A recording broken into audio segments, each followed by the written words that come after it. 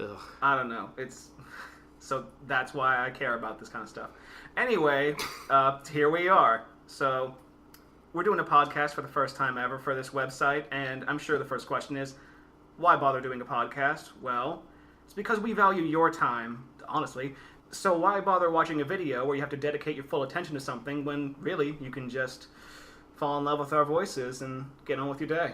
If there's one thing that is most likely to happen, it's that you will fall in love with these voices, particularly mine, the dulcet tones of shrill, sort of quasi-teenage nonsense. I have you know, I went through a very late puberty, and I'm still trying to come out of it. Yeah. So why don't you just back off, okay? So you're welcome in advance. I actually feel like the first question would be, who are you, more than why are you doing this? Although, in fairness, if they're going to stumble across this, there's a good chance they'll know. The real answer is, we're no one. We're just two brothers. We're just two brothers that have a lot to talk about, and we always have, and I love very few things in life more than telling my dear, dear brother exactly how wrong he is about everything he believes. He likes to think that. I think the exact same thing. That's why the podcast is called Two Brothers. It's just called Two Brothers. You can't say I think the exact same thing about my point. That makes it sound like you agree with me. I don't agree with you. Well, I said it was the opposite. If you ever listen to me... well, we literally have it. Check the tape. We can literally go check the tape. Do not... I will bet you this quarter. Wow. There's an actual quarter. Yeah, amazing placement. I will bet you this quarter, which would actually be a great tool later in the draft. Mm-hmm. Foreshadowing. But yeah, so that's what we're doing. We are very skilled at what we do. And what we do is not this. We are very skilled at few things, and agreed. This is definitely not one of them, but hey, whatever. Screw it. We'll get better. Fuck it. I mean, right? Right? Well said. Right? Well said. Right? Genius, really.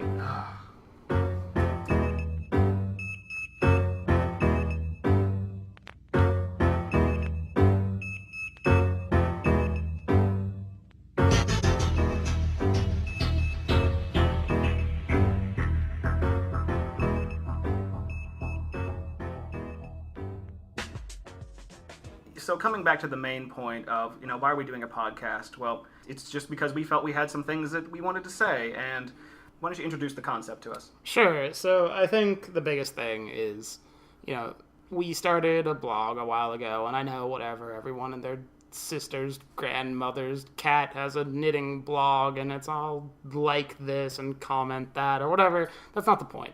The point is we wanted a way to keep in touch with each other and to share ideas and bounce ideas off of each other. More or less a documented version of what we were already doing pretty organically via, the phone or via text or via Xbox chat or whatever it happens to be. With all of the things we said over Xbox, we could have saved the world. Just saying, thanks in advance to everybody. You're welcome. Thank you, and you're welcome, and definitely agreed. It's not even that. It's just, a lot of good ideas get expressed that way, and a lot of interesting ideas, so that's why we wanted to do this. And to me, part of the fun of a podcast is it gives you less time to think and go back and revise and tweak, change your mind about things, and worry about whether or not, did you get the perfect wording on it, or did you phrase things? You just gotta let it all hang out here. Yeah. Man. Plus, this is faster, and it's theoretically more spontaneous, which is going to make the super scripted vaudeville routine we have later seem really weird, but, worry about that when we get there. I spent 2 weeks writing all of that music. 2 weeks. Yeah, think about how much time I spent making those crazy, stupid masks. Just shitting all over it. Lot of crazy. You know what? We're just going to cut it completely. You'll never get to see it. You'll just have to wonder about it. But trust us, it would have been great. So anyway, what we're here to do today, our first concept, we are doing a fantasy draft. Fantasy draft. Not quite like that. I mean, that's what I thought. Not quite. Well, we're not going to be. Well, we'll be recording that, but not for these people. Oh, yes. But yeah, I'm a sports fan. I love the concept of drafts. I love the concept of quantifying and objectively ranking things for which there is, of course, no true answer. But I like the concept of it kind of like an auction of people. So, like, we basically trot out all these people and say, here's why this is going to be a good asset for our completely unnecessary sport team. And that's why we need to auction these kids off to all of them. I'm glad you mentioned sports at the end, because for a second it sounded a lot like you were advocating human slavery. Welcome back to the Stormfront cast. This will be great. Okay. So yeah, what we decided to do for our first topic is something that we agree in many cases is important. Television. So, television. We are drafting... That's a drum roll noise with my mouth. Adult Swim shows. Ooh. Good topic. Good topic, right? Bum, ba, bum, bum, bum. The music. You're great at that with your mouth. I didn't want to hear the real music. I wanted your cover of it. Acapella. You're like the modern day Johnny Cash, and that version is Trent Reznor's version of Hurt. I hurt myself today. So much better. Swimming in Sea Loud 2021. That's pretty good. No, it wasn't. Okay, now, so yeah, do you wanna go over why you think Adult Swim drafts make such a good first topic? Well, because it's something we automatically know. I mean, for me, it's the matter of what you learn without being taught and how it has an effect on you. Things like that. It's silly. On the outset, to everybody else listening, it sounds silly, but believe it or not, the things that you do, that you watch, that you play, that you read, it's going to affect the way that you either act or do things in general. We're not talking about the ultra controversy, do violent video games make people do violent things? No, they already need help. They don't. It's just that so many things shape us, and being interested in animation, cartoons, and everything really in that field, from my point of view, it was a place to have something that was just something that we could both share, because the content was funny, it was more mature, and it was cartoons that people instantly write off because cartoons are meant for kids. Idiots. Fools. I disagree with all of that. I just like how many boner jokes there are. So goddamn many. A lot of boner jokes. All right. It's pretty funny stuff. Oh, are you kidding? Bonerific. That'll come up later. So we've got the entire library, really, of Adult Swim shows at our disposal, which is nice. It makes for a deep draft. Spent a lot of time thinking about what ways I might go with it, what ways you might go with it. Mm-hmm. Just generally pretty curious overall about how this is going to unfold. A lot of great options. Totally.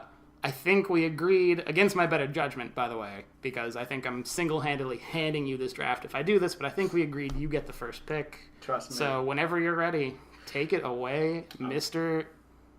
General Manager. That feels wrong. Feels very wrong. Wearing this t-shirt? No. You can't see it, but it's a Cowboy Bebop shirt, and it's awesome. Anyway. You can take that first if you want. Yeah. I didn't say... Just make your pick before I get disgusted with you. That's going to happen. You've already ruined... The draft is ruined, and we haven't gotten past the intro. Let me make my first pick, sir. Please do. All right, my first draft pick, number one in my heart, Space Ghost Coast to Coast. Interesting. You want to know why? I do want to know why. That is not where I had Space Ghost. Oh, man. It's just because understanding it from a kid's perspective, I would see this weird-ass show on at night and have no idea why it's even there. But watching it later as an adult and coming back to it with the older DVD box sets, it's where the people who came up with literally everything else at William Street really cut their teeth. I mean, Mike Lazo was approached by Ted Turner himself and said, we want an adult program that can be done cheap. And so they just recycled animation from fucking Space Ghost. And that's how a lot of things start. Really, that's how it is. Especially on Adult Swim. Oh, that's my gosh. for sure. Yes. So it started off as exactly what it was. It was a talk show for kind of adultish people who watch Cartoon Network at night, which by a concept by itself is like the dumbest thing you could ever have at a pitch meeting, but it worked. I just love the phrasing of kind of adultish people. I feel like that's a very good descriptor for the audience of Adult Swim fans in general. You know? I think that's fantastic. Mm-hmm. That makes a lot of sense to me. Say we could have been on their marketing department. Are you kidding? Are you kind of an adult? Come here and watch some crazy shit. So are we. Okay. Don't worry. So that's an interesting first pick. It makes sense. That was number 5 on my board, actually. I Wow. wouldn't have taken... I know. Disrespecting the legends. Well, it's more like I prefer to take the ideological extension of the first idea, the more fully rounded out and finished idea higher, which is why, for my first overall pick in the Adult Swim draft, I'm going with Aqua Teen Hunger Force. Aqua Teen Hunger Force! It is probably... It's a bit controversial, and I would prefer to take just Aqua Teens instead of Aqua TV show and Aqua something and those things where I stopped imagining that show existed because it keeps changing its because name. it keeps changing and it keeps changing the format, which I think is kind of annoying. And like they kind of change the direction of the characters and how they want the characters to be. I mean, like, because you can always tie it back to those archetypes of like Frylock being the voice of reason, and the archetypes and shit like that. But whatever. I mean, part of the reason that actually makes that show interesting and compelling, which is why they're still making it, is the fact that they can just do whatever they want. Yeah, but there's something to be said for how much better it was before that was the case, and that's why for me. Oh, it had its dips. Trust me. When the movie was coming out? Yeah, no one thinks the movie was good. Never mind. That's a fact. That is a fact. No one who is not criminally insane in the head thinks the movie was good. Say no one find my skeleton closet with literal skeletons. I was going to say, you can't just call it a skeleton closet. That's not how, it's not the idiom. But Aqua Teens, great. Seasons 1 through 4 and even into season 5, great. Some of the greatest subtle humor that I've ever seen in a show. Just the way that they relied on dialogue and the interplay of these absurd, insane situations and this totally, totally plain, everyday, ordinary dialogue to get it through, I find wonderful. Oh, yeah. I find it to be a show where the more you pay attention and the more times you rewatch it, the more you pick up on, which is great. It's a great incentive to keep watching. So for me, pretty clear, number 1. I'm surprised it was there. I am planning on winning the draft at this point. All right. It's funny, too, because one thing I'd like to add is that, like Aqua Teen Hunger Force, the word teen is in there. This might be getting a little bit high concept, but I remember when the Teenage Mutant Ninja Turtles came out, and you look at the overarching story of those characters and that comic book even, and how, like, these people, like, these mutant turtles, by accident, inherited, like, the revenge plot of their master and all sorts of things like that as they struggled to find an identity of 1 being turtles, and 2 being mutated turtles, and 3 being martial arts masters indebted to a master. Right. And it's like, and that was the whole teen aspect of the Teenage Mutant Ninja Turtles. Interesting. And when you look at Aqua Teen Hunger Force, pretty similar. you just see what happens when these, like, the teenage mentality just kind of gets thrown, like, it's not thrown away, but, like, every person in that entire series is living some kind of really, like, just failed adolescent fantasy. Shake is just a depraved asshole. Carl is a depraved asshole. Meatwad is just stupid, but innocently stupid. And Frylock is just too codependent to deal with anything that he just kind of lets it all happen. It's kind of funny you mention that because I'd never thought about it that way, and that's kind of what makes it so wonderful. It's just all of these... All right, let me ask you this before you get to your next pick. If you had to pick your favorite character, the one that defines the show for you the most, which one would you pick?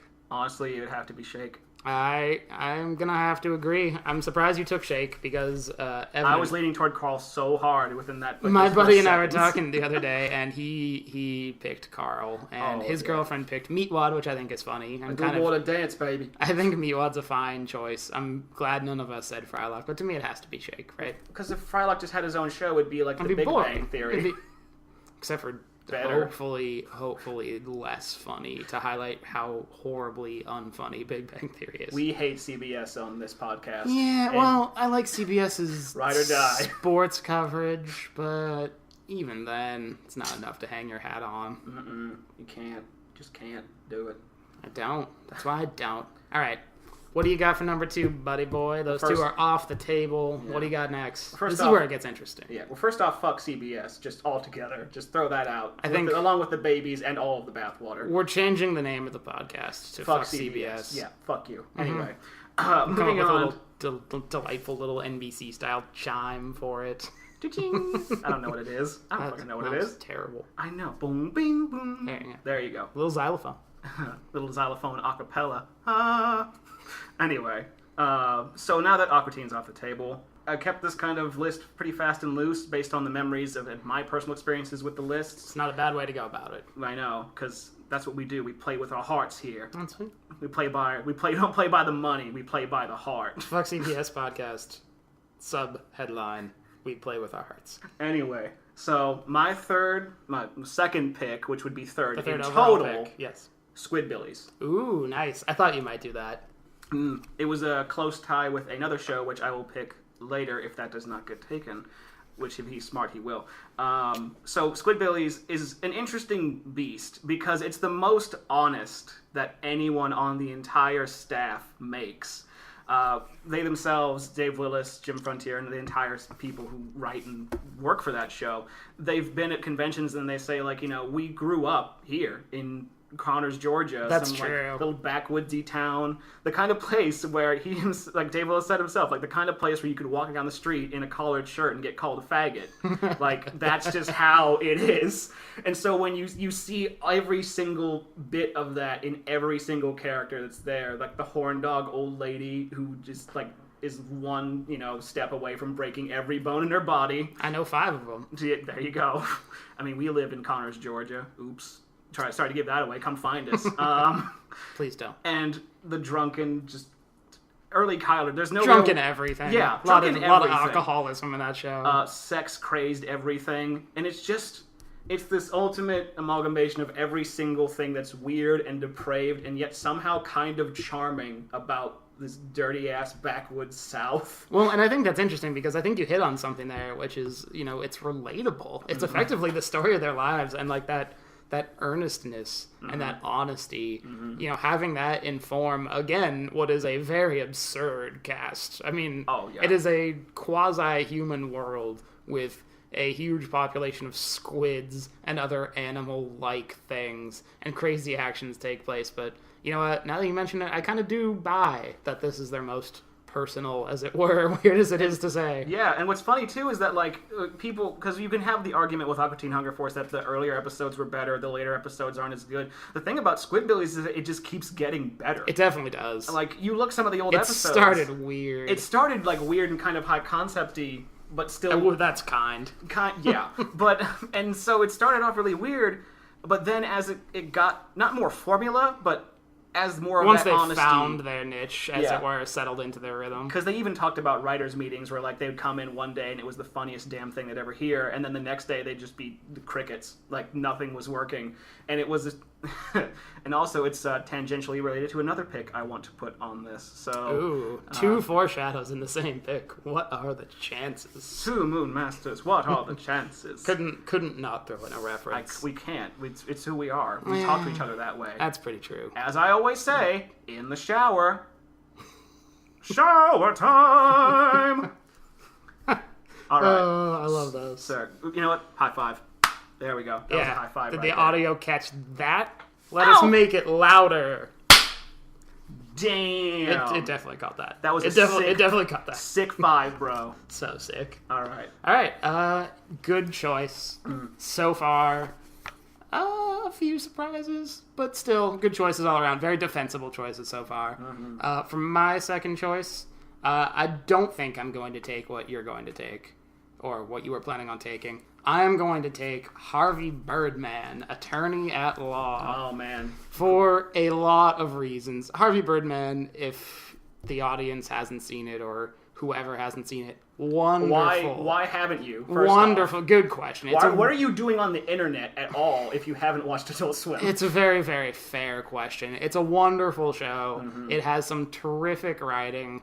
It is, I think, one of the best examples of an early Adult Swim show that sort of already knew its rhythm going in. The creators of it seemed to know what they were doing. It's another thing where they repurposed old characters, in this case, obviously Harvey Birdman and the Hanna-Barbera characters, repurpose them and put them in a scenario where Harvey Birdman, who's voiced by Gary Cole, which I think is terrific, is a lawyer defending them in all sorts of crazy Hanna-Barbera stereotype cases. Yeah, it's the best utilization that I think they've ever done of their entire back catalog of anything. I agree, 100%. And they start strong. Yeah, they do. The frickin' race band and which is great. Case. Yeah, Jesus. And then the giant chief who pours the hot coffee on his growing, and then he can't grow anymore. Like, There's some juvenile humor in there, sure, but as it goes along, I mean, the quality of the voice acting talent they got, I mean, they got Paget Brewster for Bird Girl. They had Stephen Colbert, not to bury the lead here, but he was there for 3-ish seasons. Yes. The whole thing is just wonderful. It's great writing. It's a great use of the characters. There's 4 seasons of it, which to me is big because not a lot of Adult Swim shows get that long. Pretty clear second pick, Harvey Birdman. Right on, man. It's funny because I look at my list, and it was hard making the list because there's so many things that are immediately relevant to you in the now. Like, right. It's hard to think about, like, oh yeah, I remember that, and then try to reconcile that. Yeah. It's hard. This draft was hard, people. I don't think you recognize our struggle. And I think that's the most fun. I think that's the thing I was looking forward to most about it, to be honest, is how hard that would be. Yeah, it's something. Yeah. Sounds like you like Harvey Birdman as a pick. Yeah, it's good. I like it. There was definitely not a cut there. And so moving on to my next pick, something that I don't want to say it's a surprise because it seems so obvious when I picked it. The Venture Brothers. Yeah, I figured that's what you might do. Okay. I thought about taking that second. Yeah, the Venture Brothers. Like, it's one of those things where we know why, like, I would pick it. Right. And it's hard to really kind of explain because, like, I think the best way to do that would be, like, look at South Park. Because South Park is made by 2 creative people who just kind of know each other so well that they can just make something as big or as impactful as something like South Park and have it be as big and impactful as it needs to be. Mm-hmm. The Venture Brothers, for whatever reason, who just started off as a Johnny Quest knockoff spoof thing. Which is very true. Yeah. And very easy watch to the appreciate. Fucking pilot. Oh, man, it's great. And it has every reason to be hackneyed and stupid, but it's smart, and the universe is constructed well. It's one of those things, like, formula is something that really can be a blessing or a curse to any show whatsoever. For Aqua Teens, it can kind of be when it's dip years. But there's nothing you can really expect from the Venture Brothers except good. There's nothing that you can't walk away from a Venture Brother episode and just say, that was bad. Mm-hmm. You can't do it. Right. Well, and to me, I think the thing about Venture Brothers that makes it so good is I don't often hear people talk about their Adult Swim preferences or the shows that they like or what they are most passionate about, you know, in any context really at all. But the one show I have heard people speak favorably about and say, this is the show that I love the most, this is my show, is the Venture Brothers. It really resonates with people, and I think there's sort of an immutable excellence that's kind of got to be there if that's how people feel about it. It's a funny thing too because we look at like some other shows from Adult Swim that, namely the Adam Reed shows like C-Lab 2021 and Frisky Dingo, and how if you brought those up in any type of conversation, you'd get rare occurrences. Like, oh yeah, that show. But then you talk about the guys that made Archer. Yeah, that'd be the reason you would know. Yeah, the guys who made Archer, and it's like, all right, there you go. Yeah, that's a great choice. Mm-hmm. This has been. I'm affirming my own decisions. Like, oh yeah, pick them good. I know. To me, this is our first draft, but to me, this has been our best. Mm-hmm. It's also been very clearly the best. When we start talking about which place to get French fries, you'll know we're struggling. That'll be, Fuck you, Roy Rogers. Those do sound good, so maybe not as far as you might think. Oh, jeez. All right, so with my third pick, I'd like to point out, by the way, you have not taken any from my list yet. Really? Actually, no, that's not true. Well, Aqua Teens I was going to take. Oh, that's not true. You took Space Ghost, which I had at 5, and obviously you had Squidbillies at... I had Squidbillies at 6, and then, spoiler alert, I had Venture Brothers at 9, so... We would have gotten there eventually if everything else had been taken, but as far as first 3, top 3, so with my third choice, I am going Rick and Morty. Rick and Morty. Pretty amazing stuff. Amazing, I gotta say. Pretty solid stuff. For a show, by the way, that has only had 1 season. Only one season? I feel like I'm taking this awfully high on sort of the speculative, like this to me is like, you know, a talented college basketball freshman that has a huge athlete. To me, the show is Andrew Wiggins. It's got tremendous athletic upside. It played for 1 year at college. It got mostly favorable reviews, and you expect it to just hit the big time and absolutely keep going strong. So here's hoping it actually does. Yeah, no doubt, right? Andrew Wiggins, MVP 20 times. Hopefully the metaphor holds exactly as I said it, because that would be amazing. Rick and Morty is great. The writing is fantastic. It's Justin Roiland and Dan Harmon of Community fame. So that's pretty terrific.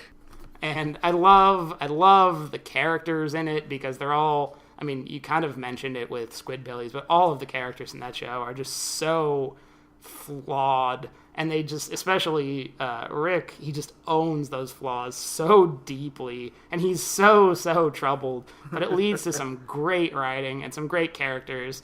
And it's another show where it's set in the human world, but, Rick is a crazy scientist and he can go off on crazy adventures to alien and foreign planets. And that opens the door for a lot of creativity. And I think it's absolutely terrific. It's one of those things where we're finally actually getting to a point where we can actually have things that are high concept enough. Like, I think it's interesting because you look back on 2001 or any other time, really, when there was really no experimentation in really, I don't want to say it just, like, generalized, but, like, in any medium, especially cartoons, when, like, people kind of just made their own distinctions about, like, oh, well, if Disney's not making anything, I don't know what is, or if, right. DreamWorks is making Shrek.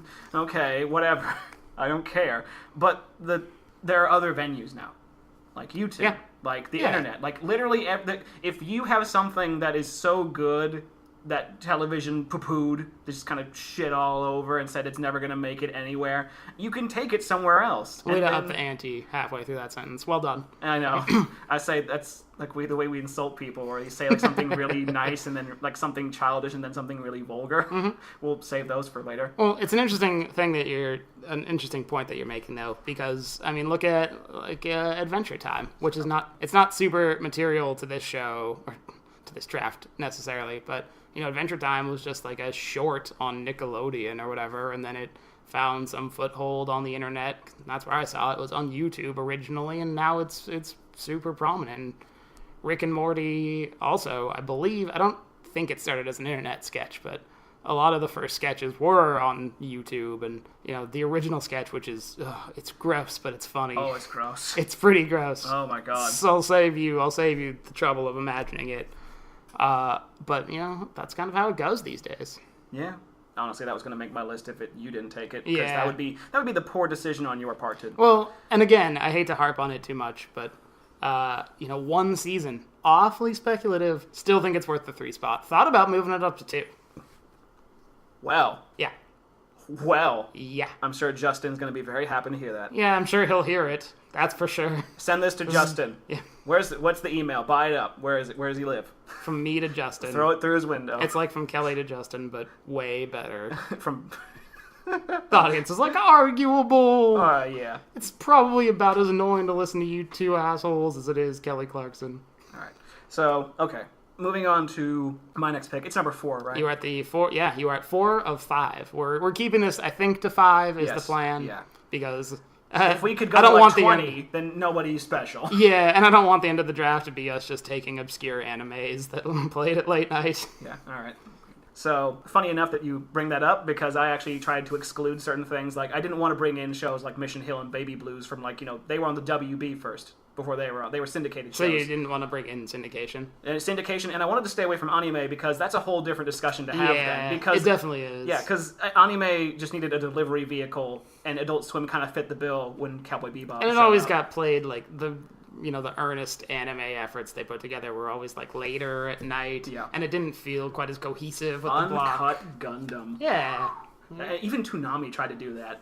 Oh my god. Toonami, we'll talk about that maybe. Yeah, that'd be a good one. Okay, so moving on to my 4th pick, and something that is, again, it's one of those things where I don't know what he's going to pick, so I'm just kind of like, what's he going to think? And I guess that's why we do this in the first place, isn't it? Absolutely. So, my 4th pick, 12-ounce mouse. Oh, you son of a... That was going to be my next one. Good job. Stole it from you. I feel really bad because all of the times I've ever... Excellent defense. No, right off the bat. Not for picking it, for just like... It's one of those things that's, again, it's hard to describe. Because you look at something like 12-ounce mouse and you can you judge it how it looks. A lot of people do. And, like, you see an episode of it. Yeah. I definitely did it first. Yeah, and you watch an episode of it, and you're like, what did I just watch? And you don't know, because there's actually more to it than that. It was, like, they put out a DVD that was actually all of the episodes, like, put together. A DVD that I happen to own. It's apparently rare, so, money to be made there if I choose to. Anyway, so, onto my explanation. Like, there's just something... Like, I don't go into things looking for, like, necessarily quirky or stupid or random. I want, like, something that actually has some weight or some actual follow-through to it. So I picked 12... I'm kidding. Continue. Because the thing that was kind of cool about 12 Ounce Mouse is that, like, it came out in a time where a lot of these shows, the Squidbillies that was coming soon, Aqua Teen Hunger Force, Harvey Birdman, everything had that formula. They had a rhythm that they followed with each show. You knew what to expect from it. With 12 Ounce Mouse, you didn't know what the fuck you were going to get. And that's kind of what made it awesome. Yeah. Because you would go from... It seemed like it would actually change from episode to episode until you finally actually watch them in a sequence and find out that there actually is a single continuous, like, strand to it. Then it goes completely fucking crazy. It's like watching this, like, the movie that that guy you met in art school who said, like, I had this idea for this movie that I had when I was in, like, middle school. And then they got smarter, realized where it sucked, and then kept the crazy setting anyway. Yeah, it's like Gus Van Sant and Hunter S. Thompson had a baby, and that baby was addicted to acid and then wrote this script. You know, some of those references I get, some I don't. Acid is a hallucinogen. I'm kidding. It's funny to me that you mentioned... Great choice, by the way. Uh-huh. And I mean, I am a little mad that I didn't get it because I really wanted that one on my board. It's funny you mentioned the single continuous plot strand because... I've watched 12 Ounce Mouse through a couple times, a pretty good amount of times. I can't find it. I mean, I can very, very barely find it from one episode to the next, let alone across the whole thing. And to me, like, it doesn't end up mattering. Like, it's their, you know, we talked about Space Ghost being a show that was cheap. 12 Ounce Mouse probably cost them about $12 you look to at produce. Rhoda. Look at Rhoda, the character with the actual, like, Perfect Hair Forever script coming photocopied on it. And that, I mean... The model they couldn't redraw. What's funny, too, is that, of course, they had to get the show made. Come on, pick it up. But it's funny. I mean, it is...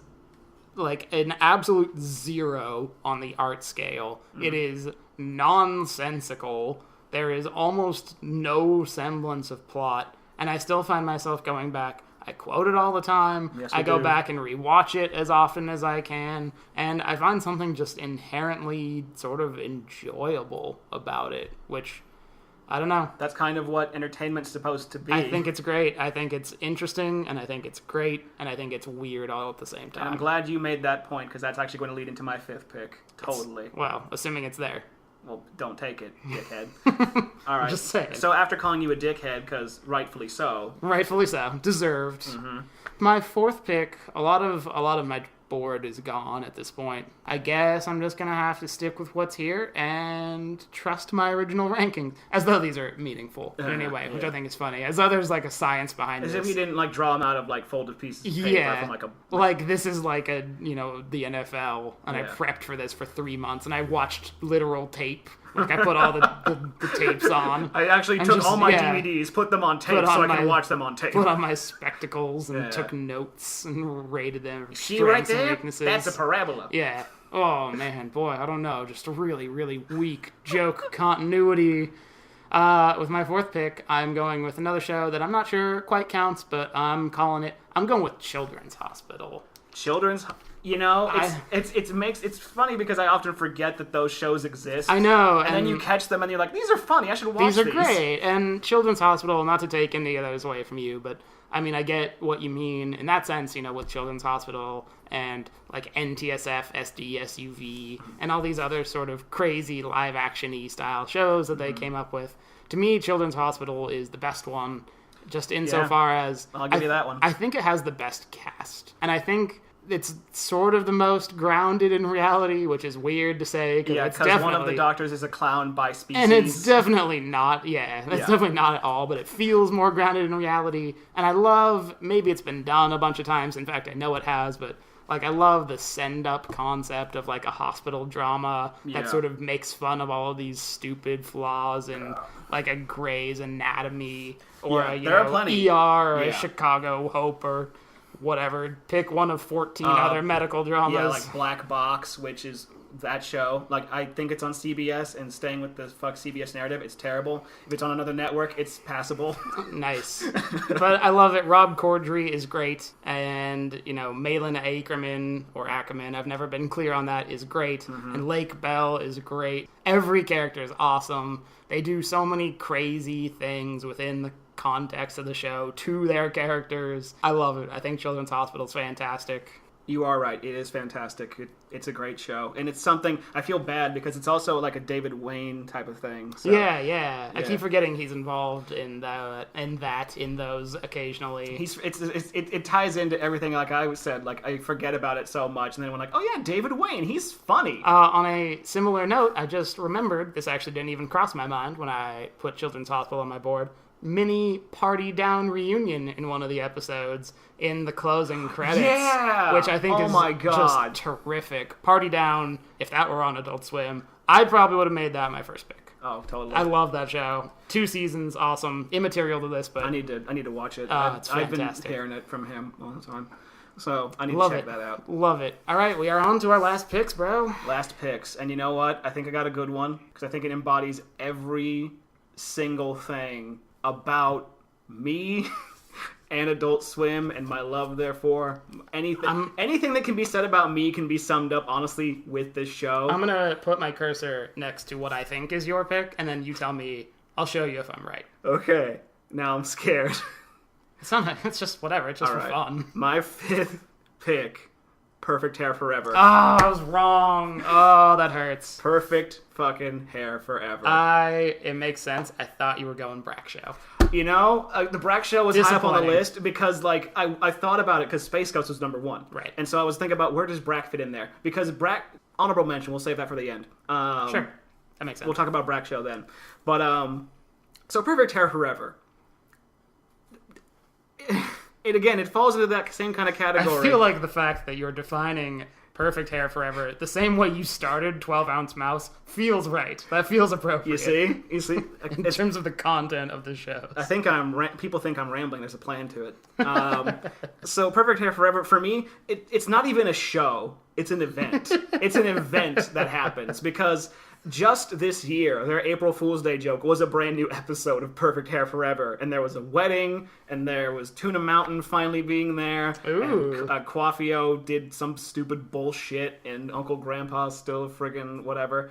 The original Uncle Grandpa, not that stupid bullshit new cartoon. I like that you're saying this like people will know, like, oh, they brought back... Uncle Grandpa! Totally! You don't know who could be listening. I agree. So, anyway, further kind of explain it. It was a show that caught me off guard entirely, and that's why I remember it more as an event, because Squidbillies was originally supposed to premiere when Perfect Hair Forever did. Squidbillies wasn't coming along the same way that it wanted to, and this Perfect Hair Forever started as a joke. It was something that they did to kind of just fill a time slot that they just had. Which I would love, by the way, to see some statistics about how many Adult Swim shows are like that. Oh, yeah. I feel like NTSF, SDSUV started like that, and then they cut like mini trailers for all the joke shows that they pitched in that one. Yeah. I'm sure a lot of this roster probably came up that way. I know, it's a creative process that truly feels creative to me. But that might just be me just thinking that. But I mean, I don't know. It just seems like the most honest way to make anything. Like, you just start with an idea, then you explore that idea, and then that idea gets made. Yeah,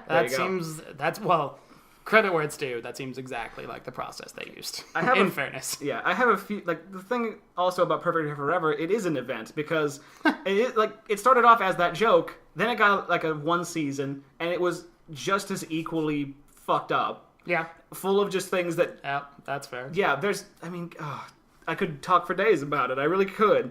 But again, it all comes down to like a singular event or a singular thing. And it also, coming back to even 12-ounce mouse, where I can perceive like a narrative to things. Like I can kind of just apply things to it and try to figure things out. It's like a fun little puzzle for me. And so like something that's supposedly like, incomprehensible, like, okay, let's connect the dots and see if we can make something work with this. It's like trying to find diamonds in trash.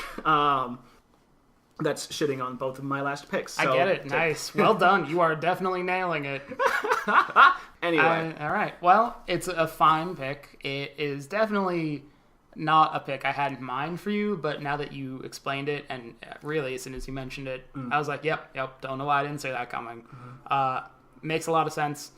For my last pick, this one's actually really tough for me. And in fact, I'm doing right now, I just pulled up the list of shows just on to my make iPad, sure. just to make sure of it. I'm going to change my mind because Oh my I had God. a pick at my 10 Game spot. changer. I had a pick at my 10 spot, and I don't know why. Because choice I'm going to make is much, much better. Last pick of the draft, home movies. Oh, home damn! movies. I had Assy McGee in the back of my head. Did you? Oh, no. Okay, good. Home movies, it was the byproduct of that old sort of squiggle vision style, which a lot of people find off-putting or whatever, but I find kind of charming. And it's one of, if not the first, it's one of certainly the first, like, Brendan Small and Lauren Bouchard shows. Oh, yeah. Because I think they did, Dr. Katz probably first. I think they also did that friggin' show that, if you remember this, oh my God, Science Court? Yep. Squiggle vision. Science Court. Yeah. So that's funny they did that because it feels very thematically different. But Dr. Katz was always kind of more a vehicle for like stand-up comedians to come do bits or whatever. Home Movies was kind of its own show, and like all of the characters on Home Movies are terrific. I love every single one. Yeah. Cannot pick a favorite. They're all great in their own stupid, quirky ways. Yes. If I had to try and pick one, I might pick Brendan just because of like the honesty. Everything else that he does. Well, just the earnestness with which I feel like that is Brendan Small as a person. Like, I feel like he's not a character. It's just him writing as though he's reacting to the stupid shit that he's writing, which I think is funny. I love Coach McGurk. He's wonderful in that role. Coach McGurk is one of my favorite, probably top 3, just absolute all-time deadbeat, worthless characters, which I love. I think it's great. The plot lines are funny. They're all very silly. They actually even got rid of squiggle vision halfway through. I feel like it all improved. Great dialogue, great comedic timing. Great everything. And to me, a big thing for me was, how much does this remind me of Adult Swim favorably, which I thought was important. And, where was it on the timeline? Home Movies was basically there from the start. Yeah, I think it was there from the start. It was there. It was there along with Harvey Birdman and Aqua Teen Hunger Force. There you go. Space Ghost Coast to Coast, The Brack Show, that entire original block. Cowboy Bebop was in there, too. Yep. I don't have to tell you why that show's amazing. I got 3 OGs on my list, which makes me happy. I'm glad I switched my last pick. Honestly, a little embarrassed I didn't have that. So, Home Movies. There you go. Closing. Oh, I did. I had it at 7. I'm an idiot. Can't read. All right, then. All right, welcome back to Illiterate Cast. What is this? Where am I? What is happening?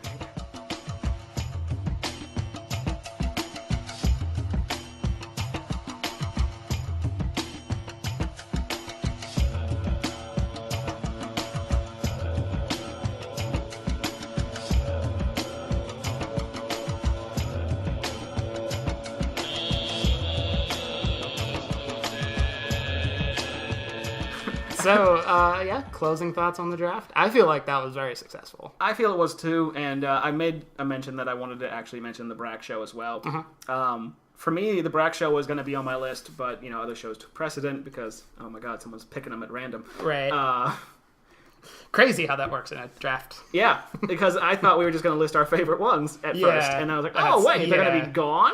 Yes. No. So honorable mention goes to the Brack Show because to me it represents that transition of the new, like the old William Street and the new Adult Swim. They literally had the New Year's Eve celebration kind of mini special, which was great. And they had like a party where everyone from all of the different series showed up, and then it announced just kind of in its own Adult Swim stupid way that the Brack Show's canceled, Space Ghost is canceled, Aqua Teen Hunger Force is getting a new season, and everything else that's new and different and working for us right now is moving on. And it's like part of it's sad, but you can't be sad because you're watching it unfold exactly the way that it should have been told to you. You don't want to read up like, oh, Mike Lazo says that this show's canceled, or that somebody said, oh, we're not working on that anymore. Yeah. You don't want to hear it Press that way. release. That's so bad. Well, so, like, having that, just that entire special, it typifies the entire reason why the Brack show gets that honorable mention. And it's funny you mentioned that to me because I'd forgotten all about that. And to me, it feels very appropriate for early Adult Swim. Oh, yeah. This block of programming, which, I mean, part of the reason this is so near and dear to our hearts is because this came out during our, mid to late adolescence. And in a sense, we quote unquote grew up with it. And it was very uncharted territory especially for Cartoon Network. Think about what Cartoon Network was before Adult Swim and how inseparable they are now. Yeah. Just watch the warnings that came up. Oh, it's crazy. With the first Adult Swim saying like, oh, nobody under the age of 17 should watch these shows. Which was great. Like, because like they say damn and crap and ass and butt. And it's funny to look back and like make fun of that mentality, but it was also cool as a kid because to see that happen because you're like, whoa! My dad wanted me to buy cigarettes. Cartoon Channel just dropped the D word. Yeah, and the D word in this case was damn, which is very, very minimally a swear in my book. Shadow the Hedgehog tried to do that and it didn't work too well. Yeah, well, it felt a little forced. Although I feel like it felt a little forced in early Brack show too. Oh, are you kidding? Which I think is great. Like, they found their sea legs, as it were. I was just like, oh, sea legs for sea walking. You're trying so hard, guys. Oh, it's beautiful. If we're gonna do some honorable mentions, I will throw a couple out. Thought about putting Delocated on my list. Oh yeah, Delocated along with best live action show on that network. Better than Children's Hospital. Disagree. Disagree. I'm sorry, I have to disagree. It's close, but I disagree. Here's another topic. Let's do a one show draft. one in the pool. You get first pick. Damn. Well, I lost. But I think Delocated's great. I love John Glazer. Anything he'll put his name on, I will watch. I think he, in case anyone is curious, and in case anyone is listening, he is Councilman Jeremy Jam on Parks and Rec, which I love. I think it's a great character for him, and he's such an asshole. Which is just perfect. It's just perfect for John Glazer. That's pretty perfect. Like, that feels like John from Delocated. Every single character he is. When he's Stroker, oh my god. I thought about putting the Boondocks on my list. Dude, for real. That was a tough one. You know why? I know exactly why. And in case anyone doesn't, it's because season 1 of the Boondocks, I will swear by, to this day, just fantastic, absolutely fabulous TV show. Yeah. Some of the funniest and most, thought-provoking and sort of emotionally insightful TV that I've ever seen. Like, ever. Like, as in television. As like a 10-show thing. Yeah. It really ran that gamut about as well as they could have. Yeah. I found you find yourself loving the characters. Boondock, but then it fell off. It was tough. Yeah. Seasons 2 through whatever they're on, and I haven't seen the new one. Oh. But they got happy ending. They got worse. Yeah. The happy ending to this story is that season 4 is actually coming around entirely. I don't think Aaron McGruder is actually involved in it anymore. And I think that actually might have been a good thing to do. Yeah, agreed. So Aaron, I'm sorry, but you ruined your own show. Love you. Sorry, but you did. And then the only other one I thought about, well, that's not true. I had a couple that I kicked around. Yeah. I tried to ignore the Adam Reeds because, to me, his most perfect version of his show is Archer. Yeah. Thought about going with Tom Goes to the Mayor. I just don't like it enough. The only other one I thought about... Xavier, Renegade Angel. The only other one I really thought about in earnest was Black Dynamite, interestingly. Yeah. I think Black Dynamite's great. And what's funny is that you mentioned that is because I was actually going to put that on my list too, but I didn't know how high it was going to be. Because there's only been one season, kind of like Rick and Morty. Yeah, but the thing that's kind of why I shied away. The thing that actually kind of bugs me is that the pilot for that came out, and it was fantastic. Mm-hmm. And it was originally pitched as a 15-minute show. And there's a really there's a shift whenever something is 15 minutes and shifts to 30, or if something's planned to do that. Because with a 15-minute or 11-minute show, kind of what Adult Swim usually does, it takes the concept that it presents with the episode, it has its little story, and it wraps up, and there's really no wasted time or needed to set anything up. It all just kind of does it, and anything that really doesn't need to be explained doesn't get explained. Anything that doesn't get explained either. Right. And so you kind of just let those things, you roll with it better. So watching the first season of Black Dynamite, when it was 30-minute full-on episodes, a lot of jokes went on that really didn't feel like they had to, and it just didn't kind of come into a neat little package as best as it could. Watch the pilot for Black Dynamite. The pilot's great. And then compare it to any other episode of this actual season that they made. Not to mention, I feel like if this were a draft of pick your favorite role model from an Adult Swim show, I don't think Black Dynamite would be anything but the first pick. Carl. Oof. Oh, I would love it. I would love it. I'll take Black Dynamite. You take Carl. I'll take, like, Harvey Birdman. You'll take, like, I don't know, the dad from Baby Blues, or one of the oblongs. Quaffio. Just like this, like, morally deplorable. I already know who I'd take. Carl and Quaffio. And then the draft over. I don't need anyone else. Yep, that's it. They're just gonna get cut. Oh, that's okay. Did we make a mistake not picking Robot Chicken? No. Good. No, we didn't. Good answer. Yeah. Okay. I can live with that. So, straight away, guys, thanks for joining us. Yeah. If you stuck with us long enough to get our entire, lists of our drafts and things like that. If for whatever reason you said to yourself, I really want to spend the next 51 and a half minutes listening to two total assholes talk about TV shows because I have nothing better to do and I feel like I'll get some utility from this, congratulations, and we are happy to have done that for you. Join us next week. We'll talk about something. We're trying to figure it out. We're trying to find out the format that works best for us. This is our first episode. So crack that bottle, I guess, against the ship that sails out. I don't know what the fuck they do. That was that's about right. So crack that bottle, whatever. Y'all. That was like a Viking ritual. There are no rules. There are no rules to ships. I love it. That sounds great. The graduation slips, the awards will be handed out next week. Look for those in the mail if you don't get yours yet. Absolutely. You all get honorable mentions. So we can probably send you one that you can print yourself, put it on your wall next to your actual diploma. There's a good chance that'll be more valuable than your diploma. Yeah, because those are going to mean more to you than anything you've ever done in your life. We'll send you some wrappers of Tootsie Pops with stars on them so you can go redeem them for more Tootsie Pops. Free Tootsie Pops. Yeah. You can't pass that up. I like that we finish this with a thank you and then trying to buy their interests. To me, that feels like the purest form of this. I was trying to congratulate them, like say, hey, thanks for joining us. I mean, yeah. Well, I will be trying to buy your interest via whatever means necessary. So please look forward to some sort of nonsensical incentives later on. Yeah. So stickers will be involved, maybe. Let's do this again sometime. I don't know if we have an idea of what. I don't know that we'll necessarily do a draft again, but yeah. I thought this was great. I thought this was fun. I thought a lot of good ideas got shared. I did enjoy this. I loved cutting you off a lot on the mic. It feels like a very formal version of what I already do when we're talking. Feels authentic. That's kind of what happens. I'll say something stupid, but then there's actually some intelligence to it. That's not what I was getting at. No, I'm not the being Carl Pilkington. Would that be your third role model, Carl Pilkington? All three of them. You're just torpedoing your own reputation.